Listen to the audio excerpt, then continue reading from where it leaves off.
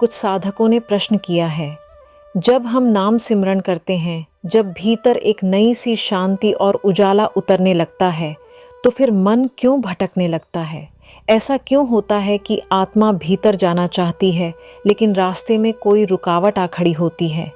ये सिर्फ एक सवाल नहीं, बल्कि उस आत्मा की पुकार है जो अब किताबों में नहीं, अपने भीतर में सच्चा अनुभव पाना चाहती है। और आज हम इसी प्रश्न को संत मत के नजरिए से समझेंगे। देखिए, नाम कोई साधारण शब्द नहीं होता। यह गुरु की कृपा से मिला हुआ एक ऐसा अमृत है जो आत्मा को उसकी गहरी नींद से जगा देता है। यह कोई आवाज नहीं, बल्कि एक जीवित शक्ति है। जब कोई साधक इस नाम को सचमुच अपने अंदर उतारना शुरू करता है, तो भीतर बहुत कुछ हिलने लगता है। जैसे कोई पुराना कमरा सालों बाद खुला हो, वहां जमी धूल उड़ने लगती है, पुराने सामान बाहर आ जाते हैं और कुछ चीजें जो कभी दिखाई नहीं दी थीं, वो सामने आने लगती हैं। ठीक वैसे ही नाम की रोशनी जब भीतर उतरती है, तो वो सारे अंधेरे जो वर्षों से छिपे थे, पुरानी यादें, दबी इच्छाएं और गहरे बैठे विकार, सब धीरे धीरे सतह पर आने लगते हैं। और फिर उसी समय एक हल्की सी परछाई भी उठती है अंदर से। क्या मैं इस रास्ते पर सच में चल पाऊंगा? क्या यह मेरे लिए है? यही वह पल होता है जब हमारी सच्ची यात्रा शुरू होती है। बाहर से नहीं, भीड़ में नहीं, बल्कि अपने भीतर की उस गुफा में जहां आत्मा को खुद का चेहरा पहली बार दिखता है। ये यात्रा डर की नहीं, भरोसे की है। जैसे कोई बच्चा पहली बार चलना सीखता है तो गिरता है, फिर उठता है, वैसे ही आत्मा भी इस नाम के सहारे चलना सीखती है। धीरे धीरे, एक एक कदम, बस विश्वास और प्रेम के साथ। और कबीर साहिब कहते हैं, धीरे धीरे रे मना धीरे सब कुछ होए, माली सींचे 100 घड़ा, अर्थु आए फल होए। इस नाम की रोशनी भी ऐसे ही फल देती है, धीरे धीरे पर बहुत गहराई से। पहली चुनौती आती है मन की चंचलता। जैसे ही हम नाम जपना शुरू करते हैं, लगता है कि सब कुछ ठीक चलेगा, लेकिन तभी मन इधर उधर भागने लगता है। कभी किसी पुरानी बात में उलझता है, कभी आलस्य में डूब जाता है, और कभी ऐसा लगता है जैसे ध्यान में बैठने का कोई मतलब ही नहीं। लेकिन प्यारे साधकों, यह कोई रुकावट नहीं, बल्कि हमारे भीतर की सफाई की शुरुआत है। जैसे जब हम कोई पुराना कमरा साफ करने लगते हैं, तो पहले धूल उड़ती है, सामान बिखरता है और हर चीज अस्त व्यस्त लगती है। वैसे ही जब आत्मा नाम की रोशनी में जागने लगती है, तो मन की सारी छुपी बातें ऊपर आने लगती हैं। यह वही मन है जो जन्मों से बाहर की दुनिया में घूमता रहा है। अब जब हम उसे अंदर की ओर मोड़ते हैं, तो वो एकदम से शांत नहीं होता। आंखें बंद करते ही विचारों की रेल चल पड़ती है। कभी कोई बीती बात, कभी कोई अधूरी इच्छा, तो कभी आने वाले कल की चिंता। लेकिन यह सब इस सफर का हिस्सा है। जैसे जब कोई दीपक जलता है, तो पहले थोड़ा धुआं निकलता है, फिर उजाला फैलता है। वैसे ही नाम की ज्योति पहले हमारे मन की परतों को दिखाती है, ताकि उन्हें धोया जा सके। एक बार एक साधक ने गुरु महाराज से कहा, गुरुदेव, मैं जैसे ही ध्यान में बैठता हूँ, मन भाग जाता है। गुरु मुस्कुराए और बोले, मन को डांटो मत, उसे पुकारो। जैसे माँ अपने बच्चे को बार बार प्रेम से बुलाती है, वैसे ही तुम अपने मन को नाम की तरफ बार बार मोड़ो। हर बार जब वो भागे, तुम उसे नाम की गोदी में वापस लाओ। और यही बात संत कबीर साहिब भी कहते हैं, मन मस्त हुआ तब क्यों बोले, भय काहू को दे, न काहू से डोले। असली ध्यान वहीं से शुरू होता है, जहाँ मन पहली बार थोड़ा रुकता है। इसलिए अगर मन भटके तो घबराइए मत, बस रोज कुछ पल उसी समय पर, उसी स्थान पर ध्यान में बैठिए। अभ्यास छोटा हो सकता है, लेकिन जब उसमें प्रेम और गुरु पर भरोसा हो, तो मन धीरे धीरे शांत हो ही जाता है। और जैसे ही साधक नाम सिमरन में थोड़ा गहराई तक उतरता है, तो एक नई परत सामने आती है। वो होती है कर्मों के बंधन और भीतर छिपे हुए विकारों की। यह वो चीज़ें हैं जो आत्मा को जन्मों से पकड़े हुए थीं।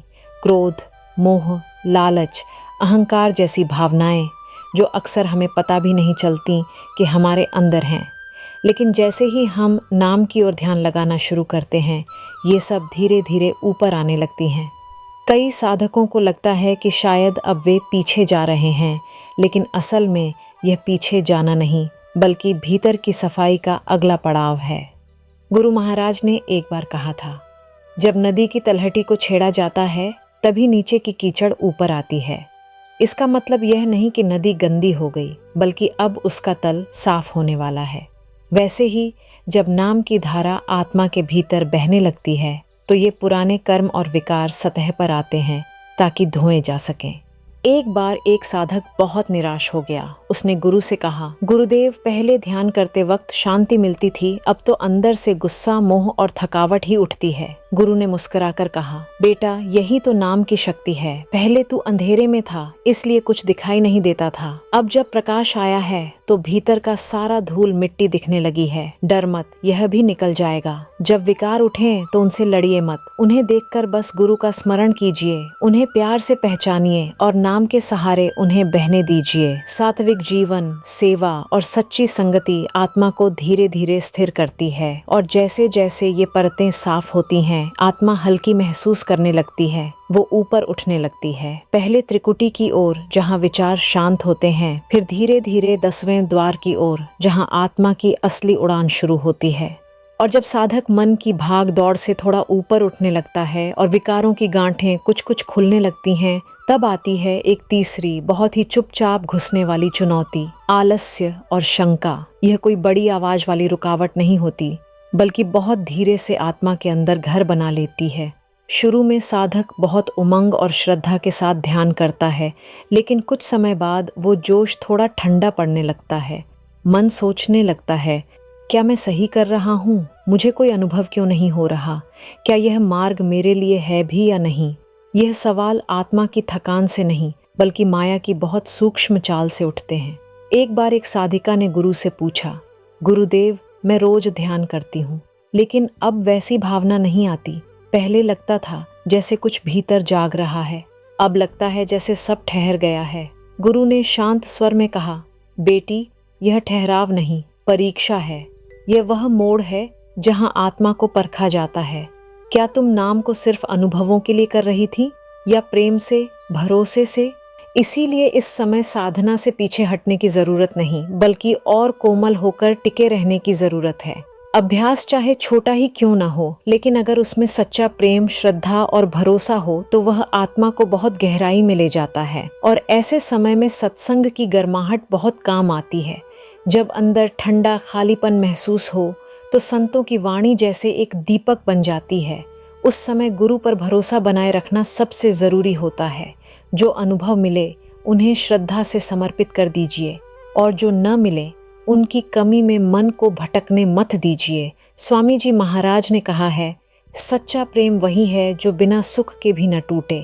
यही प्रेम, यही भरोसा आत्मा को माया के सबसे सूक्ष्म पर्दे के पार ले जाता है।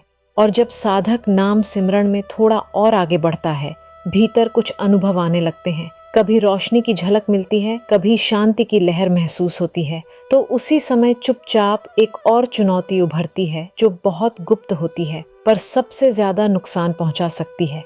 यह है आत्म गौरव, यानी सटल ईगो।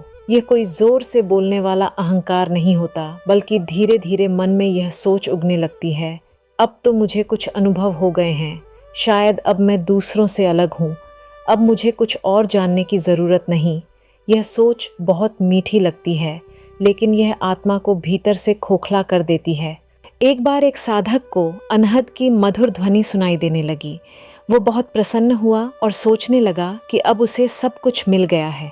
धीरे धीरे वह लोगों को बताने भी लगा कि वह अब एक खास स्थिति तक पहुंच चुका है।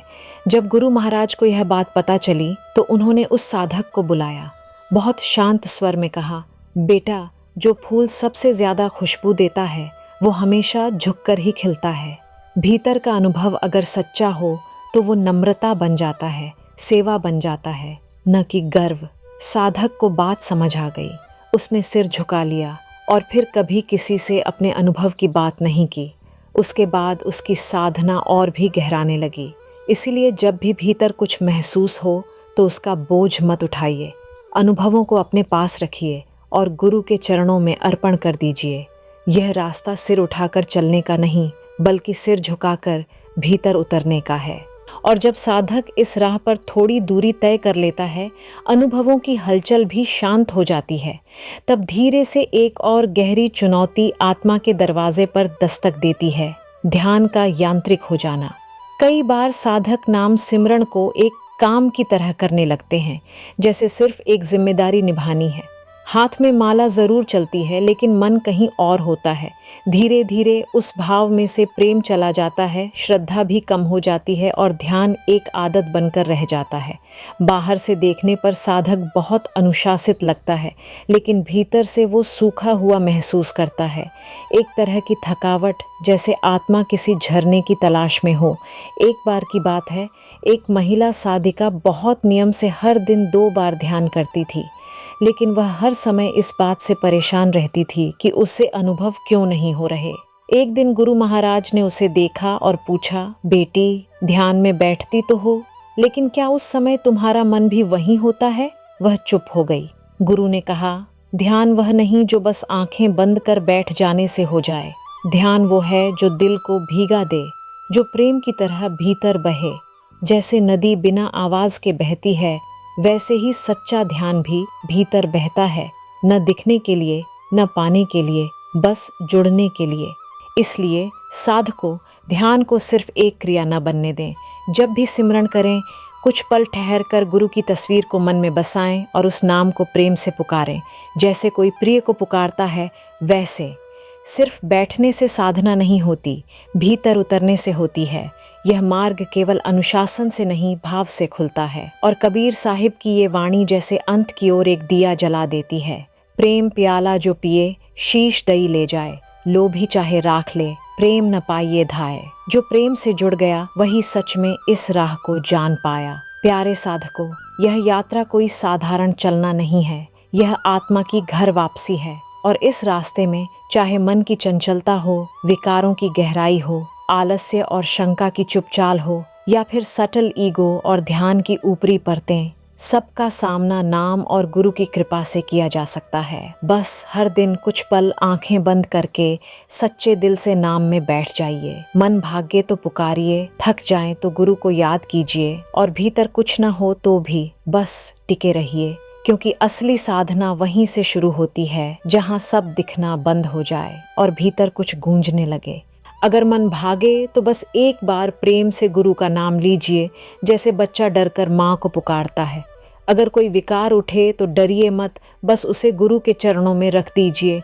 और अगर कभी थक जाएं, उदास हो जाएं, तो बस आंखें बंद कीजिए और मन ही मन कहिए, गुरु जी अब आप ही संभाल लीजिए। क्योंकि जब हमारे पास गुरु की कृपा होती है और नाम का सहारा होता है, तो चाहे मन की चंचलता हो, जन्मों के कर्म हो या भीतर की थकावट, ये सब धीरे धीरे मिटने लगते हैं। बस ज़रूरत है थोड़ी सी सच्चाई, थोड़ी सी नियमितता और बहुत सारा प्रेम। यही सच्ची साधना है, अपने भीतर की दुनिया को देखना, समझना और उसी में जीना। अगर यह वीडियो आपके दिल तक पहुंचा हो तो कृपया इसे एक सेवा समझकर आगे बढ़ाइए। इस चैनल से जो भी आमदनी आती है वह ज़रूरतमंद बच्चों की पढ़ाई और भोजन के लिए इस्तेमाल होती है। इसलिए कृपया चैनल को सब्सक्राइब ज़रूर करें, वीडियो को लाइक और शेयर करें। और अगर आपके मन में कोई भी प्रश्न हो तो कमेंट ज़रूर कीजिए, हम आपका जवाब ज़रूर देंगे। और अब बस आंखें बंद कीजिए और एक पल रुक जाइए, जहाँ कोई आवाज़ नहीं, कोई उम्मीद नहीं, सिर्फ एक गहरी शांति हो। वही आत्मा की असली पूजा है, वही नाम है, वही घर है।